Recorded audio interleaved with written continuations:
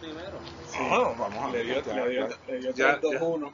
3-2-1 y ya está. Bendiciones. Estamos desde la bella ciudad de Dallas, Texas. Estamos en Irving. ¿Estamos en Irving? Ahora sí. Pero, está bien, sí. ¿y cuál es la diferencia entre Irving, Dallas, Texas? Vamos a preguntar a los vecinos. Ay, bendito. Así que vamos a empezar el podcast Nada más, Dios los bendiga. Estamos en Dallas, Texas, o en Irving, Texas, donde a él le parezca mejor.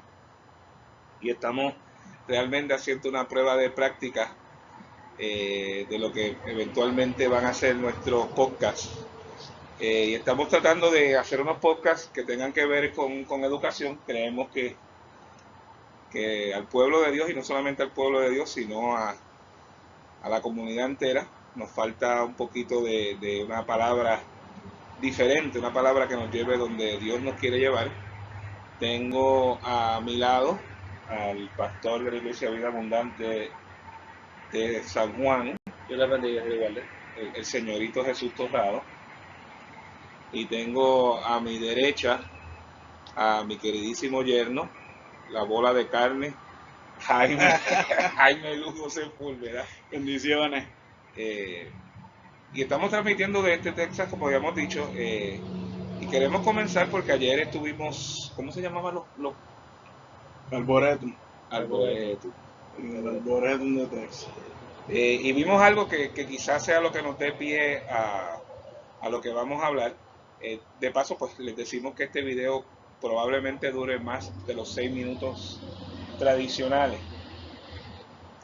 Oye, habla, chico. Pero si hablas tan bajito no te van a escuchar. Tienes que hablar como que estás predicando.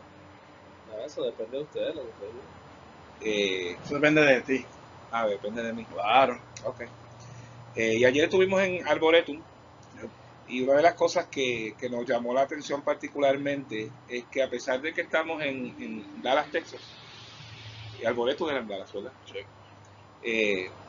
En Arboretum hay muchas estampas de Navidad alusivas al estado de Texas, alusivas a la ciudad, pero a mí me sonó muy curioso que entre todas las estampas, y no es que tengamos nada en contra de cultura, ver tanto hermano mexicano y en ninguna de las estampas se hablaba o se magnificaba la cultura mexicana, cuando los mexicanos realmente estuvieron en Texas mucho antes que la cultura anglosajona.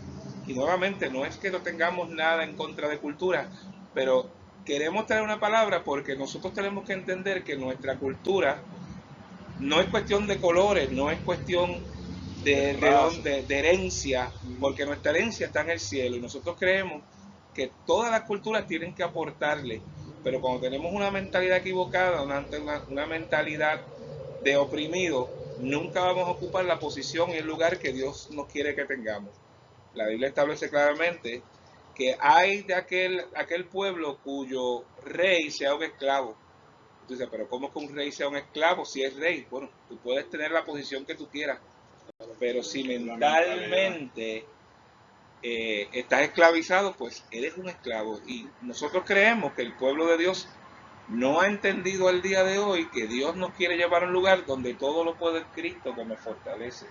Y la mentalidad de esclavo jamás te va a permitir vivir un reino unido, jamás te va a permitir alcanzar lo que Dios espera de ti, ni jamás va a permitir que la manifestación de Dios, que es el cuerpo de Dios unánime juntos, se dé, porque esa mentalidad separa lo que Dios quiere hacer en la tierra, que no es otra cosa de que la manifestación de sus hijos siendo uno. Por eso es que su última oración, quiero que sean uno, como tú y yo somos uno. Amén. Mire, lo que pasa es que tenemos esta mentalidad de que el líder es aquel que dirige mucha gente, que hay gente que lo sigue. Y nosotros lo que queremos decirte es que la mentalidad del líder en el cuerpo de Cristo es donde tú conoces tu propósito y lo manifiestas. Y las personas que se acercan a ti, se acercan a ti no porque tú eres una figura carismática no tiene que ver nada con liderazgo, sino porque eres el mejor en lo que Dios te puso. Fíjate que en el libro de Génesis dice que Dios puso al hombre para que reinara, pero lo puso para que reinara sobre los animales, sobre los árboles, sobre la creación, pero nunca dice que reine sobre otro ser humano. ¿Sabes? En otras palabras, tú reinas sobre tus circunstancias y el que se acerca a ti, la Biblia nos compara como árboles. Lo que vienes a comer un fruto, come de ese fruto. Mi hermano Torrado nos enseñaba del fruto dual, porque es un fruto que es para Dios, pero permanece. Tú lo manifiestas y el que se acerca a ti comió. Pero ¿sabes qué? Eventualmente, si tú eres un buen líder, lo que quieres es que ese líder, esa persona que vino a comer de ti, no se quede contigo, sino que se vaya también a dar fruto en otro lugar y que más personas se acerquen. Que eso se llama discipular a los demás, ¿verdad? Tú como líder vienes y, bueno, líder cristiano, líder de iglesia, tienes que entender que tú tienes que llevarle la palabra a la persona y crear el discípulo, crearlos, trabajarlos. ¿Cuál es la visión de nuestra casa? Salvar, sanar y salir. Explícala. Y eso es lo que estamos hablando. Exacto. Lo que estamos hablando es, pero quisiera comentar algo sobre el carisma, ¿no? Cuando miramos a Cristo, nosotros no vemos un líder carismático. Cristo no fue carismático, del punto de que en ciertas porciones bíblicas tú notas que su propia familia le decía, si tú quieres hacer esto, pues empieza a hacer milagros por ahí para abajo y vende de tú mismo. Y Cristo dice, no. Vende de tú mismo, me encantó eso. Vende de tú mismo. Vende de tú mismo y todo el mundo te va a Aquí seguir. no estamos para vendernos. Aquí lo que estamos es para dar fruto y fruto abundante. Tú das fruto y el que se acerca, se acerca. Y hay gente que le gusta el mango y viene y come mango. Pero el que no le gusta, pues no se va a acercar. Cuando nosotros hablamos de una mentalidad de un solo cuerpo, vamos a propósito que nos dejó nuestro Señor Jesucristo. Que primero es que la gente le conozca al salvar, donde vamos a buscar la forma de que la gente conozca a Cristo. Pero vamos a ser claros, el Espíritu Santo añadía a quienes tenían que ser salvos. Yo no veo a nadie, a Pablo con alto parlante, venga, que quiero que se convierta. La gente llegaba porque había una manifestación de unidad, una manifestación de unanimidad y porque la palabra ha respaldado con poder. Ese es nuestro salvar. Nuestro sanar es entonces, una vez la persona entiende que necesita un cambio en su vida, Dios le revela a Cristo, entonces nosotros empezamos el propósito de irte llevando en el proceso que el Espíritu Santo te está llevando. Porque ese es un proceso entre el Espíritu Santo y tú. Nosotros simplemente facilitamos conocimiento, facilitamos recursos, facilitamos la manera de pensar y te ayudamos en tus situaciones de tal manera que el Espíritu Santo pueda ir completando contigo lo que Él desea. El salir es que una vez tú empieces a ver las cosas que están sucediendo en tu vida y empiezan a ocurrir las cosas que tú deseas y empieces a cambiar tus prioridades y empieces a amar a Dios sobre todas las cosas, naturalmente el fruto dual va a empezar a fluir, tú te vas a reproducir, tú alimentas gente y te reproduces en ellos. Y esa es la verdadera visión o propósito que Dios tiene en la iglesia. Hay gente que vive, mucha gente donde me preguntando, pastor, ¿y cuál es mi llamado? ¿Cuál es mi llamado? Mira, no te preocupes tanto por eso.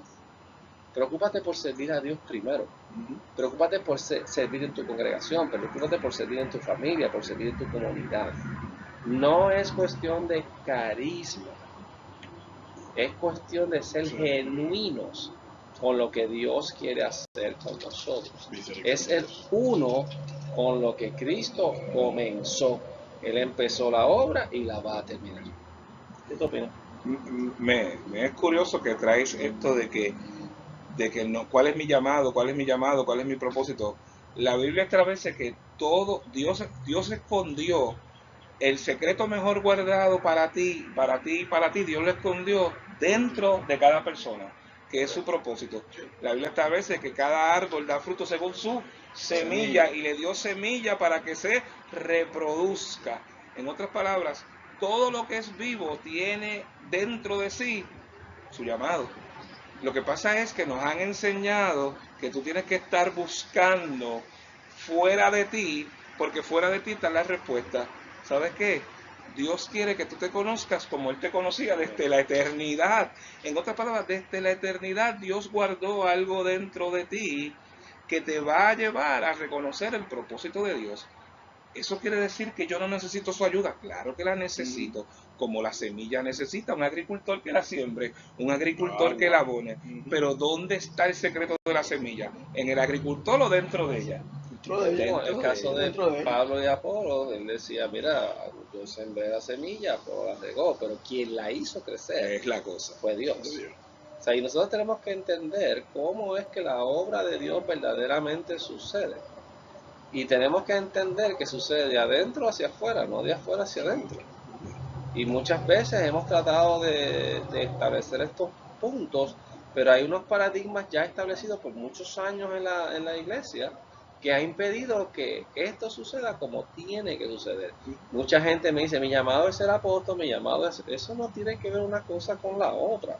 Hay funciones que Dios establece para gobierno. Y el gobierno no es otra cosa que sencillamente dar support o dar alivio, ayuda, dar palabra, manifestaciones de poder para que la iglesia siga haciendo su propósito, que no es otro que ya hemos mencionado. Mira, el problema ha sido lo que tú dices, los paradigmas, lo que nos han venido enseñando. Jesús en un momento dado dice que cuando baja la montaña siente compasión de la gente porque la ve desamparados y sin esperanza, confundidos. Ese no es el estado quo de la humanidad. Confundidos y desamparados. ¿Pero por qué estaban confundidos y desamparados? La Biblia dice porque Jesús los vio como una oveja sin pastor. No había liderato.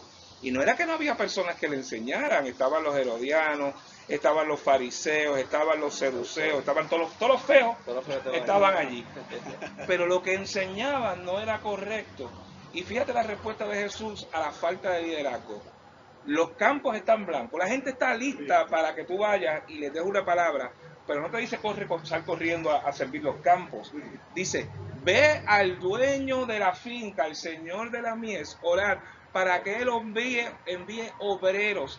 Pero la palabra obreros ahí es obrero diestro. En otras palabras, una persona que ha sido procesada por Dios para darle el carácter, el propósito correcto, la herramienta correcta para enviarlo al campo correcto para él.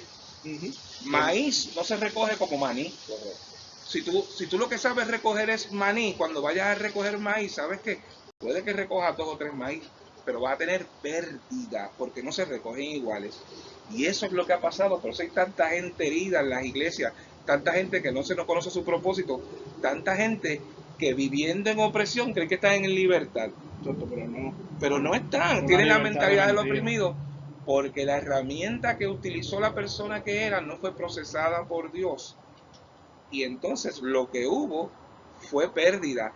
No es cuestión, yo sé que el corazón de mucha gente es y servir, pero hay que pasar un proceso con Dios, orate al Señor de la mies para que sea Él el que te comisione, Él el que te envíe la mies. ¿Y sabes cómo Dios hace eso? Con otros hombres. Dios hace eso porque Dios quiere que tú tengas... ¿Cómo aprende un mecánico mecánica? Estudiándolo, enseñándolo a otro mecánico. Pero fíjate, ese es el primer paradigma. Nosotros nos pasamos orando, Señor, trae almas. Las almas ya están. El campo ya está ready, el fruto ya está maduro. Lo que tenemos que estar preparando y haciendo son obras que Dios nos envíe, personas dispuestas a ser obreros diestros. Por tanto, nuestro primer paradigma ya es el mejor ejemplo. O sea, Cristo vio una multitud y Él no vio las almas que se estaban perdiendo. Primero, los vio ready para recibir. Él no los vio perdiéndose.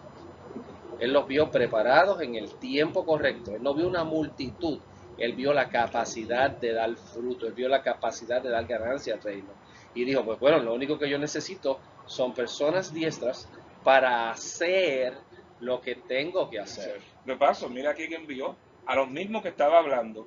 Él les dice, rogar al Señor de la mies que envíe obreros, pero le estaba hablando a los obreros, pero tenían que pasar por la escuelita de Jesús, tenían que pasar tiempo. Sí, ese es un proceso, todo tiene un proceso. Hay un lugar que nosotros hablamos mucho, que es el lugar secreto. No hay preparación si no hay lugar secreto, no hay preparación si no hay intimidad, y no hay preparación si no hay relación, porque la cruz es para con Dios, pero también tiene un tramo transversal que es para los hombres, que es relación con Dios y relación con las personas. Pero tenemos demasiados llaveros solitarios en el reino. Y cuando hablamos del reino, pues quizá usted lo conoce como la iglesia. El reino es mucho más que la iglesia, pero por el propósito de hoy lo vamos a hablar como iglesia. Mire, tenemos que entender de que por eso, y volvemos al liderato, el líder el líder de la iglesia, cuando trae la predicación, es el pastor, pero el pastor no es el líder de la música, es el líder de alabanza y adoración. Y si si hubiera alguna construcción, el líder de la construcción es el que está construyendo, el que sabe. Mira de esta manera, si tú eres miembro de una iglesia, yo ahora te pido que mires dentro de ti y preguntes, ¿para qué estoy aquí? Luego que preguntes, ¿para qué estoy aquí? La próxima pregunta es, ¿estoy preparado para hacer lo que se supone que yo haga cuando esté aquí? Y luego de esa pregunta viene la más difícil. Si sé lo que tengo que hacer, estoy preparado. La pregunta confrontativa sería, ¿lo estás haciendo? Porque muchas personas lo que pretenden con su relación con Dios es, yo estoy bien con Dios, voy a ser salvo, tremendo, gloria a Dios. Pero ese no es el propósito. Mientras la gente vio una multitud, mientras todos quizás los discípulos dijeron, ¿por qué hace Cristo ahí, chicos? Ahí lo que hay un montón de gente. Él dijo, no, ahí hay un sembrado ready para la palabra que voy a dar. Lo que necesito es que ustedes se preparen y que oren para que mediante ustedes Dios traiga más gente. O sea, amado, lo que te quiero decir con esto es, yo quiero que te autorrealices y te autoanalices y digas, ¿estoy haciendo lo que tengo que hacer? ¿O soy parte de un buen club social con buenas intenciones, con buenas obras, pero sin propósito? La que trae eso. Club social, eso es bueno. No. Mira, y con esto quiero ir cerrando. Mira, aunque tú ves aquí a Jaime, que quizás no lo has visto que está hablando. ¿Sabes por qué? Porque parte del liderato es preparar personas y pasar el batón. Se acabó esto de los caudillos, porque si viene una unción para la iglesia, es una unción generacional. Fíjate que dice que en los últimos tiempos enviará el espíritu del profeta Elías para que torne el corazón de los padres a los hijos y los hijos a los padres. Hay un mover generacional y tenemos que entender que es hora de empezar a pasar el batón. ¿Sabes que una generación en la Biblia dura 40 años? Lamentablemente, si tú tienes más de 40 años, hace rato debiste haber pasado el batón. Eso es cierto, tú no, pero nosotros. Yo que tengo 53, mira, pero ¿qué ha pasado? Que tenemos una generación que no está lista porque no creció a los pies de Moisés. Y nosotros que crecimos a los pies de Moisés, tenemos que pasar la generación para que no le pase a la iglesia como le pasó al pueblo de Israel. Dice que la generación que se levantó después de Josué y Caleb no conocía a Dios y se apartó. ¿Dónde están nuestros muchachos millennials? Vamos a poner ese ejemplo ahora. ¿Cuántas personas millennials como tú? Bueno, soy millennial, tengo 30 años. Una cara como de 80. Claro, pero los millennials empezaron en el 88. Yo soy el millennial más viejo. Okay. Anyway, pues, ¿dónde están esos muchachos? Están en la calle, ¿verdad? Pues entonces uno tiene que tratar de buscarlos, traerlos a Cristo. Y esa es la semilla que estaban hablando los pastores ahorita. Eso es un buen punto, porque fíjate, si te pones, vamos a poner a pensar. La generación de Josué, ¿qué hizo? ¿Peleó? ¿Cuántas veces hemos tenido tantas guerras espirituales nosotros? 2. Nos encargamos de reconstruir la ciudad, de reconstruir el pueblo, pero no nos encargamos ellos nunca tuvieron en mente o no tuvieron el tiempo de tener herencia y trascendencia. Y eso es lo que estamos hablando aquí. Una vez tú conoces tu propósito, una vez ya tú no estés aquí con nosotros en la tierra. Me encanta eso, síguense permiso, pero fíjate, Josué desde el punto de vista de guerra fue exitosísimo. Conquistó la tierra, repartió la tierra, derribó Jericó. Hablamos de Josué como el gran hombre de valor. La realidad es que no logró su propósito, porque no hubo una generación que siguiera. Una herencia y una trascendencia. Y eso es lo que nos está pasando en este tiempo en la iglesia. Hemos sido tremendos guerreros espirituales. Hemos construido iglesias, imperios, hemos construido muchas cosas para Dios que son buenas. Pero se nos ha olvidado el pequeño factor de que nosotros no somos eternos. Y que la visión tiene que continuarse. Y que para redondear nuestros ministerios nosotros necesitamos tener herencia y trascendencia. Pero una herencia que permanezca para que ellos también tengan trascendencia. La semilla que se siembra es buena. El terreno ya Dios dijo que era bueno. El problema que estamos teniendo es que los obreros no están diestros. Porque es más fácil tener carisma que tener unción. Es más fácil tener un buen don de palabra que tener unción. Es más fácil yo con mi carisma lograr tantas cosas que yo reducirme al Padre y decir, dime qué tú quieres que yo diga, dime qué tú quieres que yo haga, y eso voy a hacer. O sea, tú estás diciendo que el carisma está, pero la intimidad no la hay. Yo creo que una buena combinación de todos los factores es buena, pero no se le puede dar el acento a yo soy, yo puedo, o yo lo quiero hacer, sino, a mí me encanta Cristo. Cristo es, yo no hago nada que el Padre no me diga que haga, ni digo nada que el Padre no me diga que haga. Y eso conlleva una relación con Dios dual, Ujú. donde yo converso con Dios, yo no oro con Dios, No, yo yo hablo. converso con Dios, porque a mí me interesa conocerlo, me interesa saber lo que Él quiere. Y la realidad es que la misma palabra, nuestras oraciones duran 90% de nuestras necesidades y no necesidades de reino. Pero ese es el tema de otro chat. Sí, para nada, hermano, Dios te bendiga, Dios te guarde, como te estábamos comentando. Fíjate que salimos a Estados Unidos, estamos en el Día de Acción de Gracias, le agradecemos al Señor su amor, su misericordia, pero sabes que queremos, y si queremos impartirte algo, es que Dios es el centro de nuestras vidas. Nos está esperando una suculenta comida, pero queríamos compartir lo que Dios está haciendo. Cuando fuimos a salir allá al verde, ¿cómo se llamaba? Al arboretum. Al arboretum, lo que nos movía era, wow, ¿cómo puede haber una comunidad llamada por Dios desde la eternidad y primero que otras culturas que no han sabido ocupar su lugar? ¿Sabes ocupar tú tu lugar? La iglesia va a ocupar su lugar. Los espacios vacíos siempre son llenos por alguien. Es hora de que tú y yo tomemos posesión de lo que Dios nos vino a dar. La Biblia, el cántico dice, Dios no me trajo hasta aquí para volver atrás. Me trajo a poseer la tierra que me dio. Dios te bendiga, Dios Dios te te guarde. guarde. Sea bendecido y te guarde. Amén.